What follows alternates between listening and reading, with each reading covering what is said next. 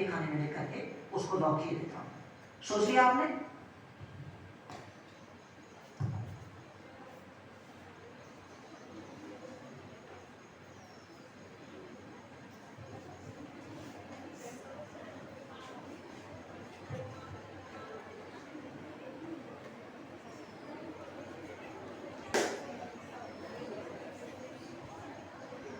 मैंने अपना आंसर लेकर के लॉक कर दिया है। अब आप भी नीचे से लिख दीजिएगा जो भी आप कॉपी कराए हैं, मैं पहले लिख चुका हूँ।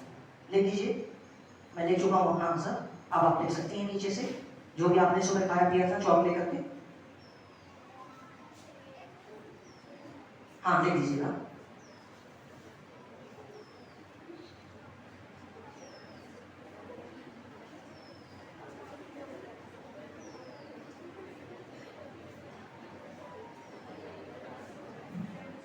रोटी, चाय और अचार। दूसरा खाना आपके लिए खाली है। आप सोच रहे हैं आपकी डेट ऑफ बर्थ, तारीख, महीना, वर्ष, तीनों चीजें मैं उनके दिमाग से ट्रांसफर करके दूसरे खाने में लेकर के लॉक किए देता हूं। सोच लिया आपने?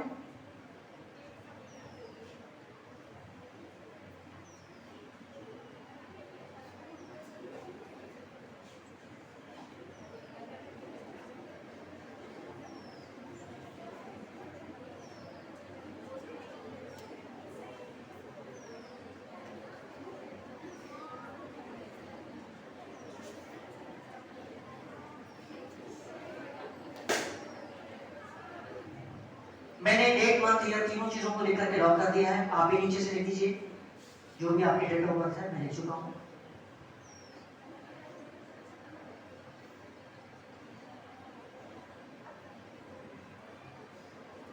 थर्टीन ऑफ 7/2012, 13 जुलाई 2012, ठीक है डेट ऑफ बर्थ। तीसरा खाना आपके लिए खाली है और आपके लिए है मेरे पास एक साधारण सी ताशी गड्डी। आप दोनों छात्रा में आप आगे आ जाएं। देखिए एक साधारण सी ताशी गड्डी है, इसमें कुछ कार्ड्स हैं। आप पहचानती हैं इनको? जिस नंबर को पहचान सकते हैं, ठीक है, इसको भी पहचान सकते हैं, डिजाइन को, ठीक है, सभी अलग अलग हैं। मैं इसको थोड़ा सा मिक्स किए देता हूं। अब ये कार्ड्स जो हैं सभी अलग अलग चले गए हैं। ऊपर से पता तो नहीं चल रहा सब एक जैसे हैं।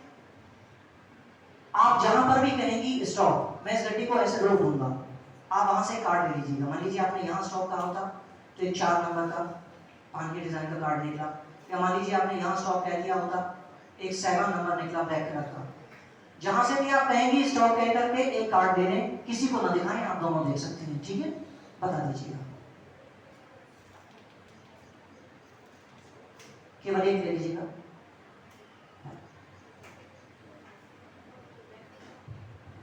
देख लिया आप उसको? देखिए आपने? तो उस कार्ड का नंबर और डिजाइन दोनों चीजें तीसरे खाने में लेकर के लॉक किए देता हूं।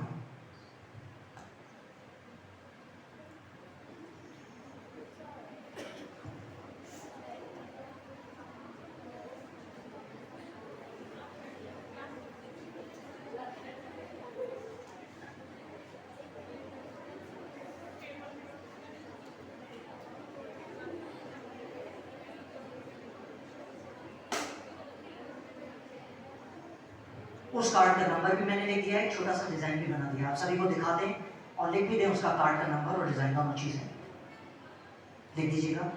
दिखा दें सभी को, मैं लिख चुका हूं।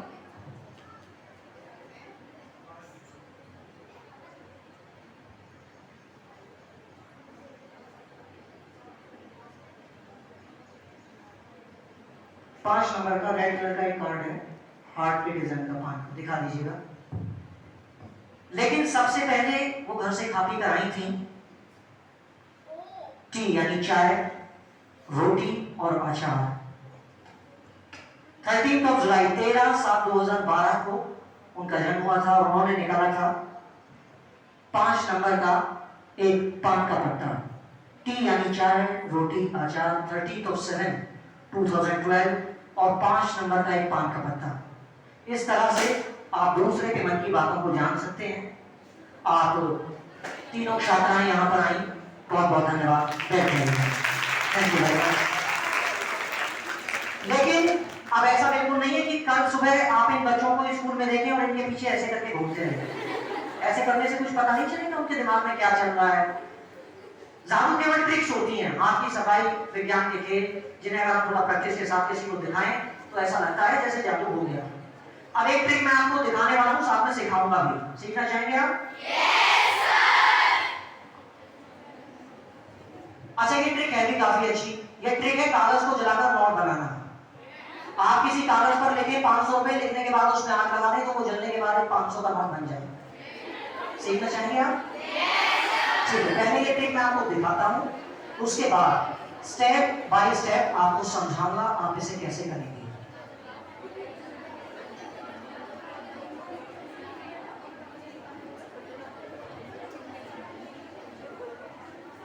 आप कोई भी एक कागज ले लें, जितने का भी नोट आप बनाना चाहते हैं उस कागज पर लिख दें। जैसे कि अब देखिए मैं इस कागज के ऊपर लिखता हूं,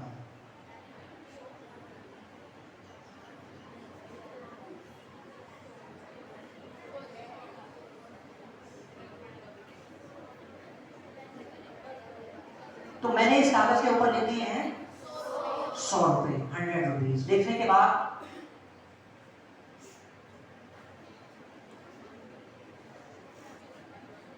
एक साधारण सी माचिस लें, उसमें से कुछ माचिस की तिली को निकालें और उस कागज में आप आग लगा दें। अब पहले उस कागज को थोड़ा जलने दें और जब वो कागज लगभग जल जाए, एक छोटा सा राख का टुकड़ा उसे तोड़े, अपने हाथों में ऐसे रब करें और आप उसे दोबारा खोल करके देखेंगे तो वो आपके हाथों में बन जाएगा ये 100 का नोट। अब ये ट्रिक आप कैसे करेंगे, हाउ इज इट पॉसिबल, ये कैसे होगा, ये मैं आपको समझाता हूं। अब क्योंकि जादू किसी भूत प्रेत तंत्र मंत्र आत्मा से तो होता नहीं है, तो हमें इसे दिखाने के लिए 4 चीजों की आवश्यकता पड़ेगी। एक, आग लगाने के लिए माचिस होनी चाहिए, साथ में हमारे पास लिखने के लिए एक पेन होना चाहिए, एक व्हाइट पेपर होना चाहिए और उसके साथ हमारे पास होना चाहिए एक नोट। जैसे मेरे पास था कि 100 का नोट। अब पहले से आपको क्या प्रिपरेशन करनी है, जो मैंने की वो मैं आपको बताता हूं। आपके पास जो भी नोट है, चाहे वो 10 का है या 500 का, उसे आपको 5 टाइम फोल्ड कर लेना है। 1, 2, 3, 4 और 5। किसी भी नोट को फोल्ड करेंगे वो इतना छोटा सा बन जाएगा 5 बार। अब आपको क्या करना है, आपने जो बाजार से 1 रुपए की माचिस खरीदी है, इसके बॉक्स को केवल आधा ओपन करना है। ऐसे किसी भी मैच बॉक्स को आधा ओपन करेंगे, उसके पीछे यहाँ स्पेस बन जाएगा। आपको क्या करना है, ये नोट यहाँ पर ऐसे पीछे से फिट कर देना है। अब देखिए सामने से कुछ पता तो नहीं चल रहा, साधारण माचिस है। ये तैयारी अकेले में करनी है। अब ये माचिस जादू दिखाने के लिए तैयार है, ये टेबल पर रख दी गई इसी प्रकार से। अब जब आपके सामने दर्शक हैं तो आप पूरे कॉन्फिडेंस के साथ बताएं कि मैं इस कागज को जलाकर नोट बनाने वाला हूं। फिर जितने का भी नोट आप बनाना चाहते हैं उस कागज पर लिख दें, लेकिन लिखते समय इतना अवश्य ध्यान रखें, जितने का नोट आपने उस माचिस में छिपाया है उतने ही कागज पर लिखने हैं। ऐसा नहीं है माचिस में रख दिया एक फटा हुआ 10 का नोट और बाद में कागज पर लिख दिए 500 रुपए, वो ट्रिक फेल हो जाएगी, 10 का ही नोट बनेगा। लिखने के बाद अपने शर्ट की बाजू को थोड़ा ऊपर कर लें ताकि कोई ये ना सोचे यहां से हमने किसी नोट को खींच लिया होगा। अब इस माचिस को उठा लें, सामने से दिखा दें। साधारण माचिस है, कुछ माचिस की तिलियां इसके अंदर रखी हैं, इधर से भी ऐसे दिखा सकते हैं, ऐसे भी, बस पीछे से मत दिखाना ऐसे, ठीक है? ऐसे चेक करा सकते हैं, साधारण माचिस है। माचिस की एक तिली निकालें, उस कागज में आग लगा दें। जब आप कागज में आग लगा देंगे तो सभी का ध्यान कहाँ होगा? जलते हुए कागज की तरफ, जैसे आप सबका था। उसी समय जब ये कागज आपके हाथों में ऐसे जल रहा है, कागज ऐसे ऊपर होना चाहिए, आपका हाथ नीचे। अगर ऐसे होगा तो कागज तुरंत जल जाएगा और आपका हाथ भी जल जाएगा। ऐसे रखेंगे तो वो कागज धीरे धीरे जलेगा। जिस समय ये कागज जल रहा है उसी समय आप इस माचिस को सामने से बंद करेंगे। जैसे ही ये मैच बॉक्स बंद होगा, इसके पीछे जो नोट रखा है वो ऑटोमेटिक आपके हाथों में आ जाएगा। अब इसके लिए थोड़ी सी प्रैक्टिस की आवश्यकता थी जो मैंने की। वो क्या है? वो ये है कि माचिस आपके हाथों में ऐसे है, कागज जल रहा है, आपने माचिस को सामने से बंद किया, पीछे फेंक दिया, कुछ पता तो नहीं चला क्या हुआ, नोट हाथों में आ गया। यही प्रैक्टिस थी बस। अब जब ये कागज जल जाए इसको तो नीचे छोड़ दें। वैसे ये छोटा सा दाग का टुकड़ा तोड़ करके उसे अपने हाथों में ऐसे रब करने के बहाने जो नोट आपके हाथों में पहले ही प्रकट हो चुका है उसको खोल करके सबके सामने ऐसे प्रस्तुत कर दें। तो भाई इसी तरह से सभी ट्रिक्स होती हैं, कभी किसी के बहकावे में नहीं आना है। आप मनोरंजन के लिए ट्रिक्स को देख सकते हैं, लेकिन कोई आपका गलत फायदा उठाना चाहे, आपका नुकसान करना चाहे, तो आपको उनकी बातों में नहीं आना, तो तुरंत विरोध कर देना। तो अब एक और ट्रिक मैं आपको दिखाना चाहूंगा।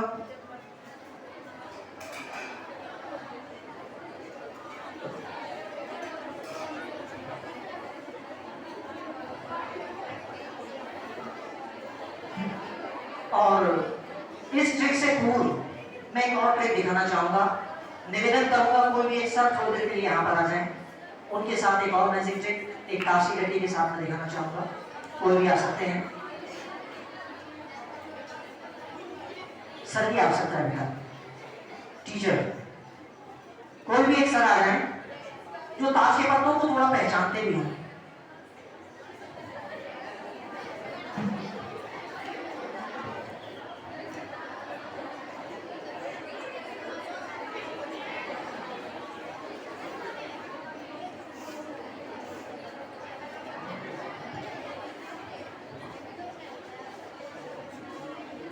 तो सर हमारे बीच आ चुके हैं, उनके साथ मैं एक ताशी गड्डी के साथ एक और मैजिक ट्रिक दिखा रहा हूं। दूसरे के मन की बातों को जान लेना। सर किधर आ जाएगा? एक ताशी गड्डी के साथ। सर आप थोड़ा बहुत ताश के पत्तों को पहचानते हैं? पहचानते हैं। इस कार्ड को पहचान सकते हैं, ये कौन सा पत्ता है? ये पान का है, एक का। पान का एक का, वेरी गुड। सर इसको पहचान कर बताइए कौन है? बादशाह। अच्छी जानकारी है आपको।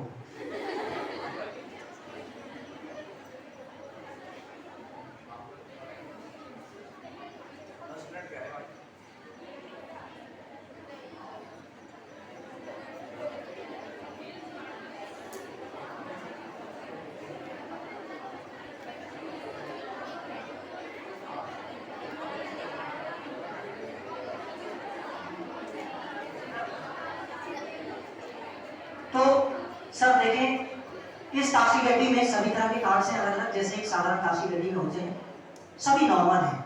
अच्छा यहाँ से देखें, यहाँ से नॉर्मल है, ऊपर से पता तो नहीं चल रहा कौन सा कार्ड कहाँ पर है। मैं इसको पहले थोड़ा सा मिक्स किए देता हूँ, आप लोग भी ध्यान दीजिएगा।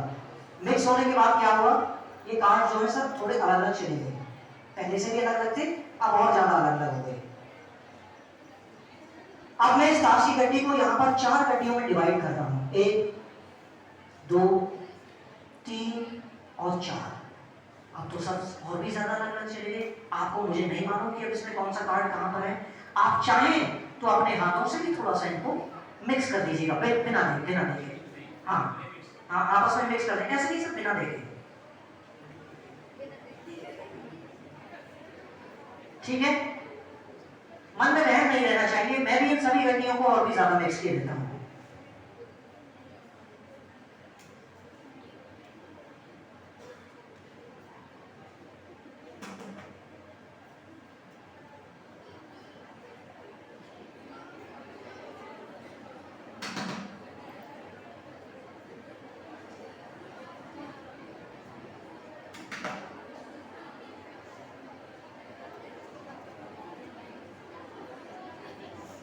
अब तो सर सभी कार्ड्स अलग अलग चले गए, आपको मुझे नहीं मालूम कि अब इसमें कौन सा पत्ता कहां पर है।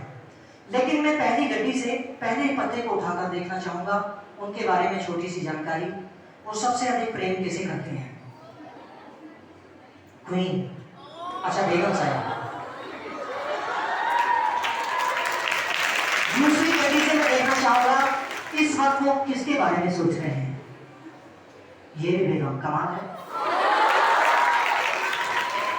तीसरी गड्डी से मैं देखना चाहूंगा इस वक्त उनका ध्यान किस ओर है? बेगम की ओर। चौथी गड्डी से देख लेते हैं, ये भी बेगम, कमाल है। 4 ही बेगम के पत्ते होते हैं किसी गड्डी में, चारों ही ऊपर आ गए। कोई बात नहीं, मैं इस ताशी गड्डी को एक बार दोबारा से मिक्स किए देता हूं।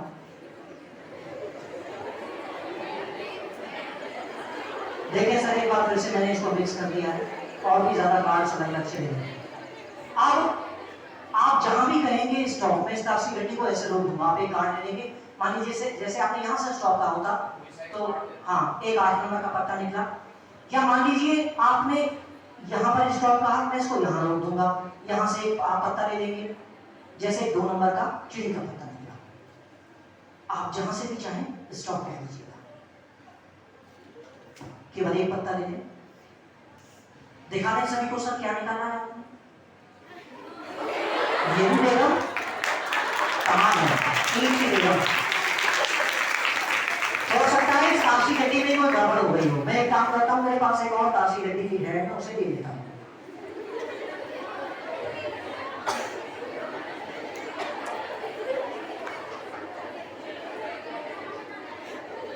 सब देखें,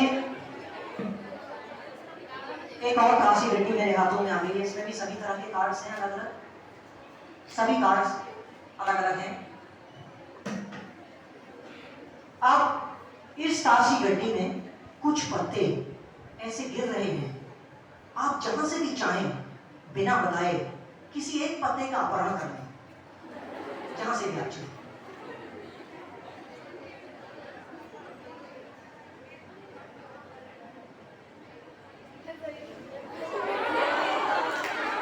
क्या निकाला दिखा दीजिएगा सब सभी को।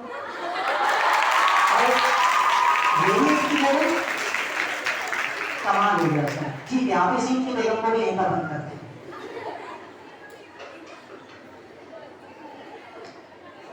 अब मैं इस तारसी गड्डी को भी 3 गड्डियों में डिवाइड कर रहा हूं, 1 2 और 3। अब सर एक बार फिर से सभी कार्ड अलग चले गए हैं, आपको मुझे नहीं मालूम कि अब इसमें कौन सा पत्ता कहां पर है। क्या अब आपको मालूम है कि आपकी बेगम कहां है? आपको मालूम ही नहीं है? हाँ नहीं, हाँ बिल्कुल ईंट की बेगम। आप जिस भी गड्डी में कहेंगे उसी गड्डी में निकलेगा वो ईंट की बेगम का पत्ता। बताएं पहली, दूसरी, तीसरी, कोई एक गड्डी, दूसरी गड्डी, ये कोई एक नंबर भी बता दें, 1 2 3 4 5 6 7 8 9, जिस पर भी आप चाहें। 3 नंबर, 1 2, सब देखिएगा 3 पर क्या है। तो मालूम था दूसरी गड्डी में तीसरे नंबर पर एक ईंट की बेगम का पत्ता रखा हुआ है। तो ये तो था उनके साथ एक छोटा सा जादू। Thank you very much sir, आप यहाँ पर आए, आपने समय दिया, धन्यवाद, बैठ जाइएगा। अब एक और ट्रिक मैं आपको दिखाने वाला हूँ इस लोटे के साथ, उसके बाद आपका ये आज का मैजिक शो का कार्यक्रम भी समाप्त हो जाएगा। देखिए मेरे पास एक लोटा है और इसके अंदर है हमारे देश का पानी, वाटर ऑफ इंडिया। मैं आप सभी को इसे एक बार पहले चेक करा देता हूँ।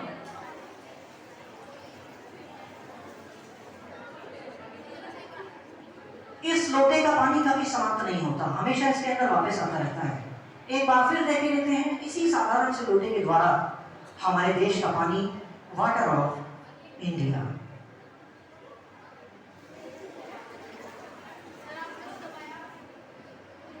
और अगर हम पानी का सदुपयोग करेंगे तो पानी वापस आएगा, और आप अगर पानी का दुरुपयोग करेंगे, उसे व्यर्थ बर्बाद कर देंगे, नष्ट कर देंगे, बहा देंगे, तो कभी पानी वापस नहीं आएगा। इसलिए आप लोग पानी को बचाएं, उसकी रक्षा करें। जितने पानी की आपको आवश्यकता है केवल उतने पानी का इस्तेमाल करें।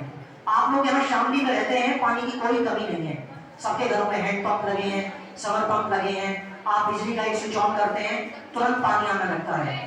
वर्षा अच्छी होती है हमारे क्षेत्र में, साथ ही साथ खेतों में सिंचाई के लिए ट्यूबवेल लगी हुई है, नहरें हैं, रजवाएं हैं, और क्योंकि गंगा से यमुना के बीच का दुआब का क्षेत्र है तो बहुत अच्छा पानी है। लेकिन हर जगह ऐसा नहीं है। अगर आप लोग कभी हरियाणा के पश्चिमी क्षेत्र में जाएं, जैसे हिसार, चरखी दादरी, भिवानी, सिरसा, फतेहाबाद, उन जनपदों के अधिकांश भागों में पानी की इतनी कमी है कि वहां ना तो हैंडपंप काम करते हैं ना समर पंप। वहां गांव में दूर दूर कुएं होते हैं, कुओं पर जाना पड़ता है बाल्टी या डोल लेकर के, और वहां से पीने के लिए पानी घर लेकर आना पड़ता है।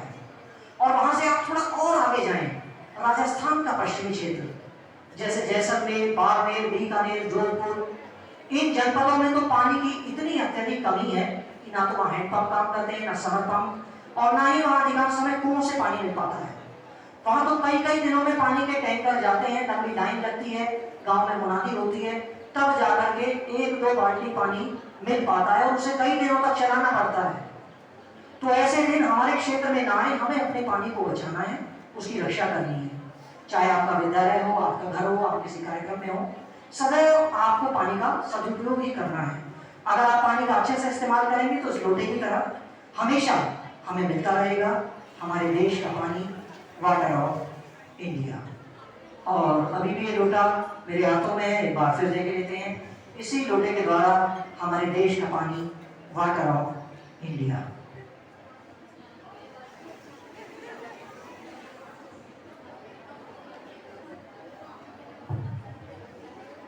तो अब आज का ये मैजिक शो का कार्यक्रम मैं समाप्त करता हूँ, लेकिन समाप्त करने से पूर्व जो कुछ गाइडलाइंस हैं, जो कुछ चीजें हैं जो राष्ट्र हित में चल रही हैं, उनका मैं जिक्र करना चाहूंगा।